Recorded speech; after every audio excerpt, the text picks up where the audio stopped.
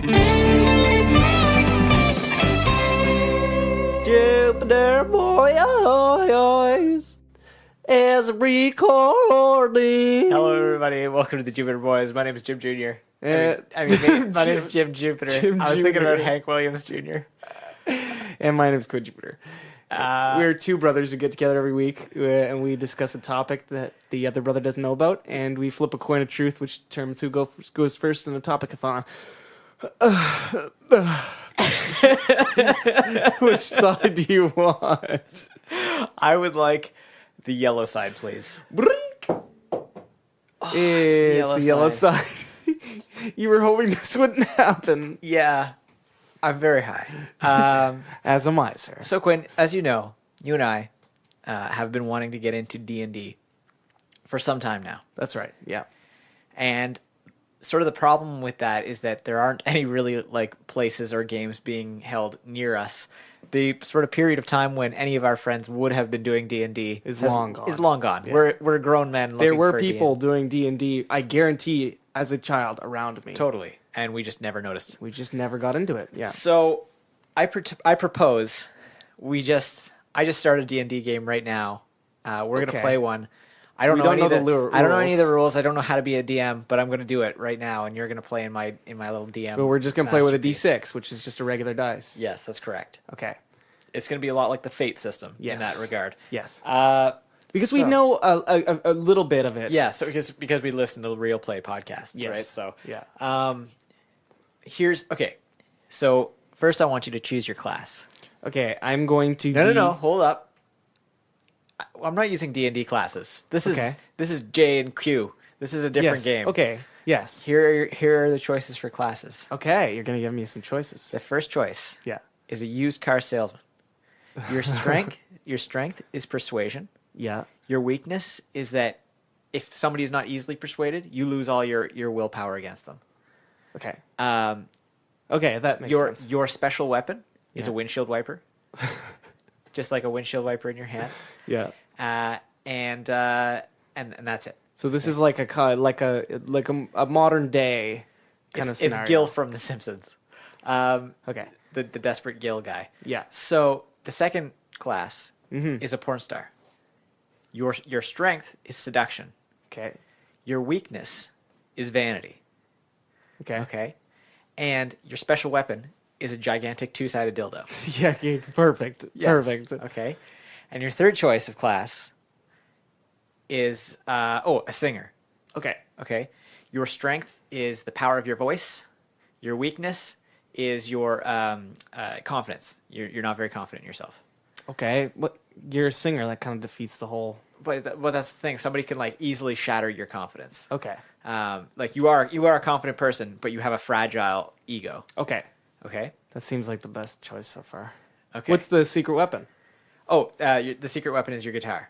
Okay. So like Tenacious D in that video where they blow the demon away with their guitar. No, this is like more of a physical weapon. It's like a big honking axe guitar. That's sick. And I like that. Yeah. Okay. Yeah. But now choose carefully because you know that Jim nasty. So the things that you need to defeat challenges may not be what they appear. They're gonna be nasty. So it might not be relevant to have singing powers and a car salesman. I'm choosing the car salesman. Okay. Because the singer power, the singing thing is good, but you gotta have that courage. Okay. Gotta have the courage. You gotta have that Magnus rushes in, son. What's your car salesman's name? Harold Henderson. What a very boring name. Very, very boring. Okay, so Harold Henderson is sitting alone at a table in a crowded pub when a short man approaches him. He's a dwarf. Okay, and not like the race of dwarfs, but he's like a little person. Little person. Please, please, DM. And please, God. He says, "Hey, you Harold." Yeah. I'm Mitch. I'm the smuggler that you're supposed to meet here. Okay. I wasn't aware of any. Yeah, we got to go meet with the bartender. He's got a job for us. You know the drill, right? No, sir. Right. I am just eating ability and trying to mind my own That's business. hilarious. Come on, let's go. You joker pants. You joke skis. I will go with you because you scare me. Okay, so the two of them approach the bar, and the bartender side eyes them and nods off to a corner of the room where they abscond to, and they sit at a table. The bartender says, "Listen, I got this treasure. I want you to get it back from JUPITURDS." Okay, it's a weird name for somewhere. I mean, it's very vagina based. Yeah, it's a thing. Anyway, I need you to get the presents back, the toys. So I know that they're across the town. They're behind the bowling alley. That's the last place I saw them. I think that's where they live. You find them for me. Okay. I can't tell if that was Mitch or the bartender, but I think it was the bartender. I think it was both. So what do you do? In unison. So I have to find this. You have to find his treasure from JUPITURDS. Yes. The last place it was seen was behind the bowling alley. I walk to my Prius, my Toyota Prius. Okay. And I get into my Prius. Is Mitch coming with you? Mitch is coming with me because Mitch is my boy now. All right, I guess we're going to the scene, huh? In your little electric car. Mitch, you've known me for all of 14 seconds. Cool. Even you would know that I am ballsy. So I get in my Prius and I drive to the bowling alley. You try to start the car of your Prius. Let's see if it starts. Okay. What is that number? Good news, it starts, but the engine light comes on. You need to get that checked. All right, sounds good. So you drive. Mitch, my car started. Can you believe it? You drive across town. I haven't serviced this thing in months. And you pull up to the bowling alley. Yeah.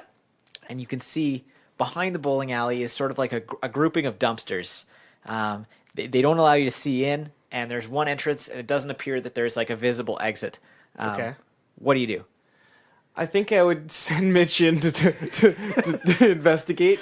Have you seen this? I'm not the greatest fighter. I thought that's what you were supposed to do with that windshield wiper thing. I heard you were really good with it. I don't know why the fuck you're sending me in. Maybe you should come with me. How about that? How about we both fucking go? And that'd be the best choice, huh? Okay.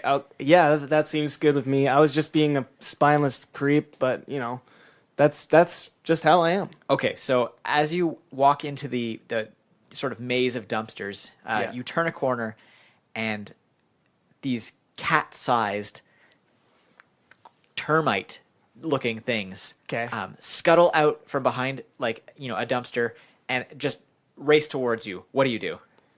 I'm gonna swing my poisoning raging sword of windshield wiper. I'm gonna swing it at the one that's coming nearest me, so the one that's jumping at me. It's a miss. The crab flies through the air. Yeah. Termite thing. Yeah. Yeah, grabs your face and attempts to plunge its fangs into your face. Now, it's Mitch's turn, and Mitch is gonna try to bull rush one of the crabs just with his head. Okay, but not the one on my face? Not the one on your face. He can't reach it. You're much too tall for him. So that is a near miss. Whew. So he glances off the thing. It sets it off course, but basically Mitch just lands face first in a pile of garbage. Mitch is played by Danny DeVito. What are you going to try to do? I am going to try to rip the beast off my face. Okay. How are you going to do that? I'm going to grab it and just pull. Just grab and pull. Okay, so just a straight grab and pull. Yeah, and I'm going to try to get to grab at the same time and grab the back of the pants, his belt line, and Mitch? pull him right out of the mud. You're going to need a high roll for such a complicated endeavor. Yeah. Oh, it's a 5. So it's a near success. Okay, so you miss Mitch's belt, that I grabbed but you do force the crab off of your face and towards the end of the alley. It hits the wall and is dazed. It's sort of sitting there. It's not dead, but it is dazed. Okay. Now it's Mitch's turn. He's face down in a pile of garbage, his tiny legs kicking in the air, and one of the crabs grabs onto his ankle. He's going to attempt to shake it off. It's a success, but just barely. So he sends it maybe a foot away towards your direction. Okay. What do you do? Okay, I'm just going to try to stomp these things. Okay. I'm just going to walk. So you're going to try to stomp the nearest one? There are 2 of them. Yeah, the nearest one, because the other one's been thrown at a wall. It's pretty dazed, you know? Yeah. I don't want to go after that one just yet. It's a 3, so you do stomp, you make contact, but it doesn't seem to be harmed. It seems to have a very rough exoskeleton. Okay, this sucks. Okay, this is, I don't know, with doing these dice, it fucking blows. Anyways, there's very poor chances. I'm gonna try to persuade. Okay. I'm gonna try to persuade one of the bugs to stop, to just chill the fuck out. Okay. Okay. No, let's roll for that. Okay. Let's roll for that. Yeah. I'm gonna give you advantage on this roll. It's a critical one. It's a bad one. So I'm gonna say that because your persuasion is so strong. Can I say, that's the end of that topic. Oh my god. We didn't even get to the main adventure. Jesus Christ. Yeah, it's not a good. That was Quinn just failing nonstop at Dungeons and Dragons. I was pulling a Merle High Church. At Jim's version of Dungeons. I would have let you win against the giant crabs and eventually face off against Vegetasaurus. We need a 20-sided die, which I'm bringing next week, but we're just going to continue Should this just off. Be like an ongoing story of like you facing off against Vegetasaurus? I like that. Okay. I think we should bring it back every 3 months. Like a lot of things that I haven't brought back after 3 months. So I keep saying. All right, Quinn. What do you got for us? My topic today, I'm gonna be a curator for you, sir. Okay. A curator of a museum. Okay. And does this museum collect earwax? This museum does not collect earwax. But I'm not interested. Not really. Okay. Those are the only kinds of museums I enjoy. Are earwax museums. Well, sit down, shut the fuck up, and listen to my proposal because you're going to like it. Okay, please continue. So what I have suggested, or what I have thought of, is a millennial museum. Okay. Oh, Jesus. And it's how, millennial culture has shaped the world. So there's out front, I'm just picturing this now. Let me throw this at you. A giant sculpture of an avocado. Okay, that's good. That's good. But I think it's just going to be a big hashtag. Maybe an emoji. Maybe even an emoji. Who knows? And it might be the tongue out emoji with the wink. So it's going to be the meme, or no, this is going to be high art. So it's going to be the meme of only 90s kids will understand this. And that's the whole thing. It's just like just the text part of the meme. And that's just like going so deep on so many levels because like that confuses the old people, so they want to go. They're like, what is that? And they want to go. I think they would be like, what is that? It does not appeal to me in the slightest.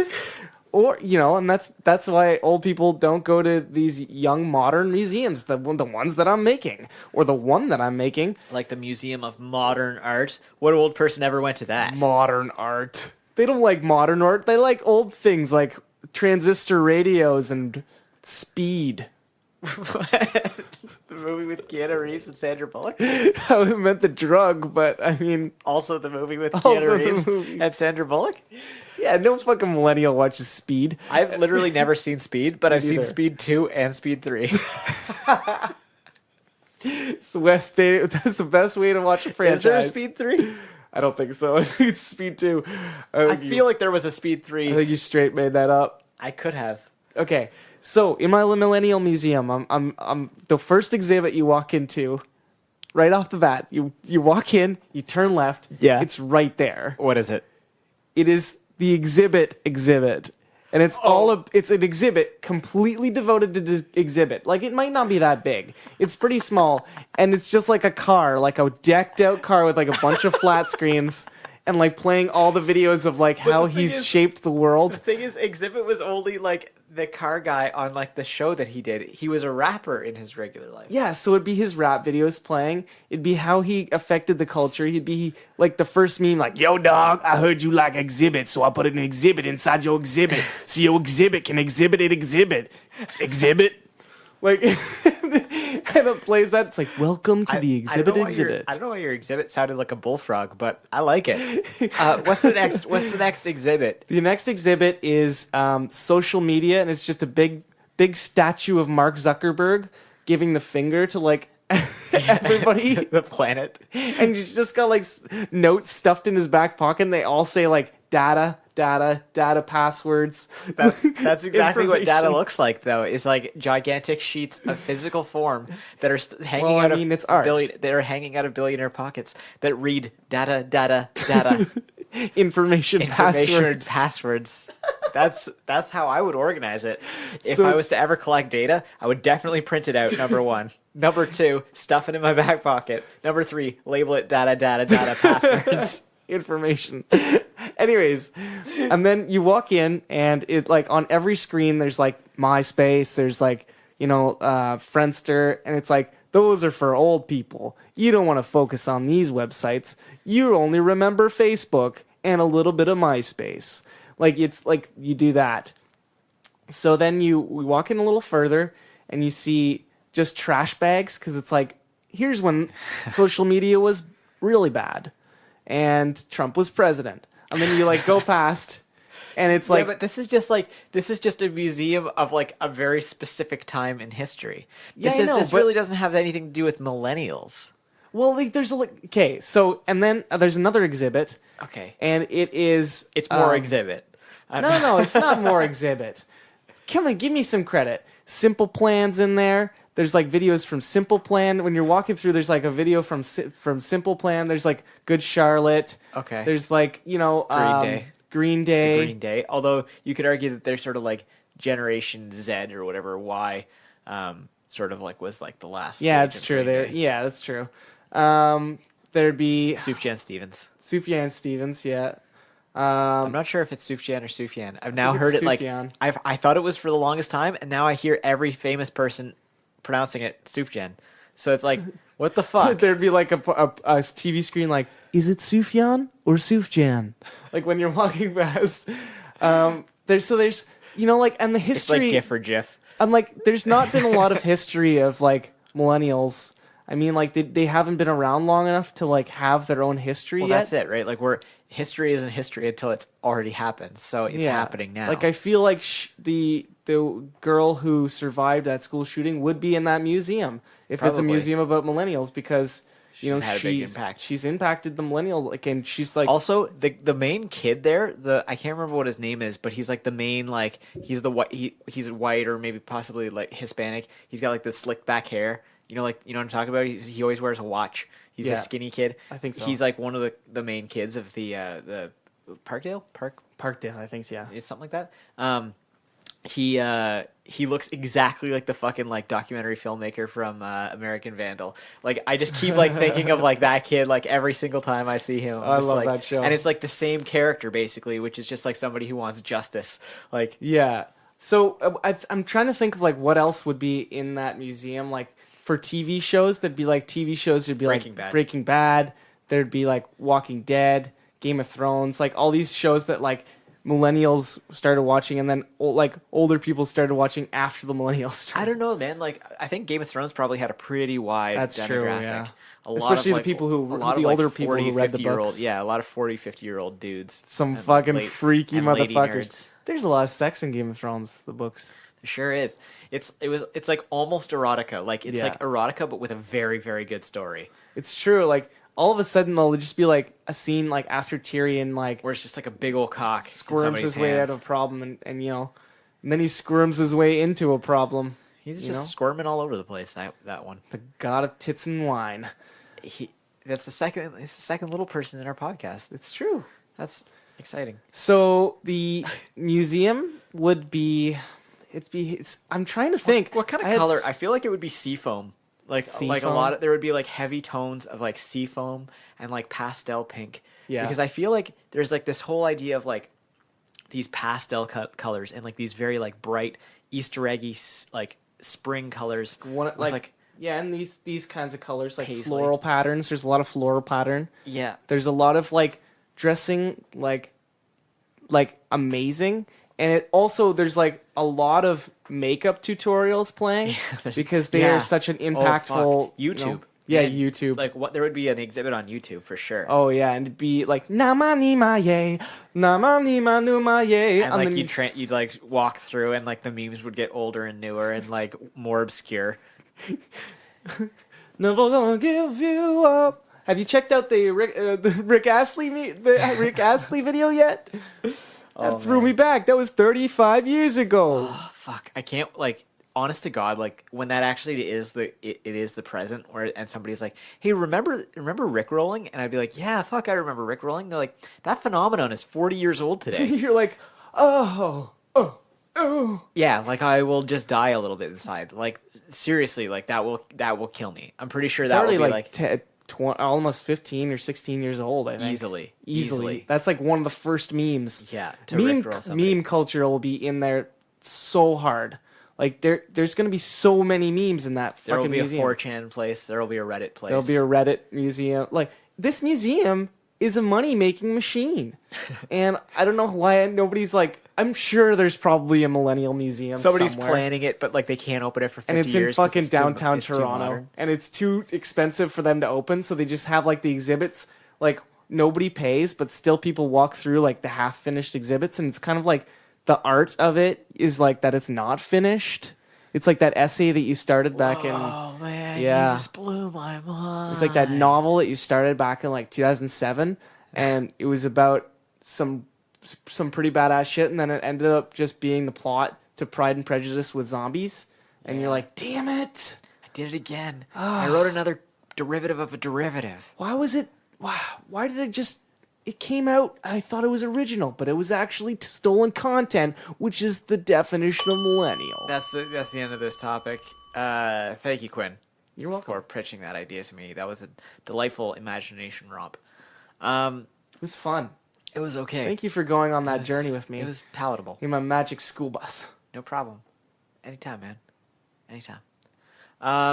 You could support the show monetarily because you're listening. So fuck if I know why. But thank you. You clearly have some issues. If you need to get rid of handle those issues by paying us money, do so by buying merch. You get merch back, so it's not a complete waste. Also, you can, if you don't want to give any money, you could just give us money too. You don't have to buy merch. If you don't want merch, it's fine. I'll take your money. I'll take like a $5 or $10 in the mail. I'll take a Chris Pundy. I'll take whatever you got. I'll take a nickel. I'll take a used T-shirt of Led Zeppelin. I'll take condoms in the mail. Untouched, unopened condoms. Okay, I like that better than the used Led Zeppelin T-shirt. And I don't even really need to use condoms that much anymore, but still, I'm into it. There you go. Thank you. Thank you for listening. All the listeners. Yep, there's a lot of new listeners happening, so hello to you all. You can find us. We haven't said this in a while, but you can find us on Twitter. We're on the Tweeter. I'm on the Tweeter at the Jupiter Boys. And I'm at the Twitter at Quinn Jupiter. At Quinn Jupiter, that's correct. Yes. That's what I said. When you said at the Tweeter at Quinn Jupiter, and so they're like at the Tweeter at Quinn Jupiter. So you can also like, rate, review, or subscribe. That really helps us. That helps the show. You can also just tell a friend. Yeah, tell a friend about our shit. Thank you, Chris. Jupiter Boys. That's the call. And it was also the thanking Christopher Graham for the use of our theme song. Yeah, thank you to Christopher Graham for the use of our theme song. I'm sorry, I had to let that Jupiter Boys Ricola song go. Can you just say Christo Graham? Christo Graham. Thank you, Quinn. Shoot those nuts. Straight down that Ricola gullet. You had to throw the brand name in there after, eh? So we're totally gonna get sued. Rodolphe Shark.